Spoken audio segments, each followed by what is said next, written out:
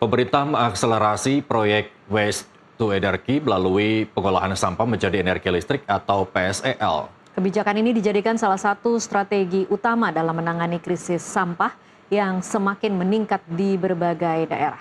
Berikut informasi lengkapnya.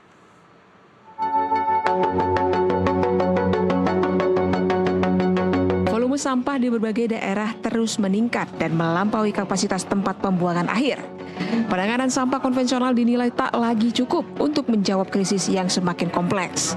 Dalam kondisi ini, pemerintah mulai mengubah pendekatan dari sekedar membuang sampah menjadi memanfaatkannya sebagai sumber energi. PSEL ditetapkan sebagai proyek strategis nasional. Pemerintah menargetkan pembangunan fasilitas ini di 34 daerah dengan krisis sampah terberat. Program ini diharapkan menjadi solusi jangka panjang dalam penanganan sampah perkotaan. Setiap proyek memerlukan investasi triliunan rupiah yang melibatkan kolaborasi pemerintah pusat, pemerintah daerah, dan Badan Usaha Pembangunan Fasilitas PSEL dirancang bertahap. Dengan target groundbreaking pada awal 2026 dan mulai beroperasi secara penuh pada 2028, pemerintah menilai keberadaan PSEL akan memberikan dampak lingkungan, energi, dan ekonomi secara berkelanjutan.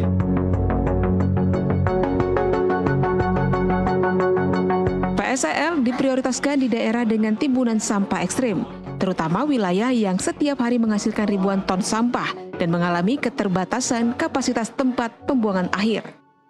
Sampah yang tidak bisa didaur ulang akan diolah menjadi energi listrik dan panas sehingga volume sampah yang masuk ke TPA dapat dikurangi secara signifikan. Langkah ini diharapkan mengurangi penumpukan sampah di tempat pembuangan akhir, sekaligus menekan dampak lingkungan dan risiko kesehatan yang ditimbulkan dari pengelolaan sampah terbuka. Pengolahan sampah menjadi energi dinilai memberi manfaat ganda. Selain mengatasi persoalan lingkungan dan kesehatan masyarakat, PSEL juga menambah sumber energi baru dalam bauran energi nasional. Kehadiran PSEL diharapkan mengurangi penumpukan sampah terbuka yang berdampak pada polusi dan penyakit. Di sisi lain, pemanfaatan sampah sebagai energi dinilai mampu menekan ketergantungan pada energi fosil sekaligus mendukung target transisi energi menuju sistem energi yang lebih bersih dan berkelanjutan. Pembangunan PSEL juga diproyeksikan menyerap sekitar 2.000 hingga 3.000 tenaga kerja.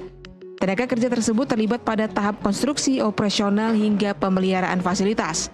Dampak ekonomi tidak hanya dirasakan secara langsung, namun juga secara tidak langsung melalui rantai pasok dan jasa pendukung.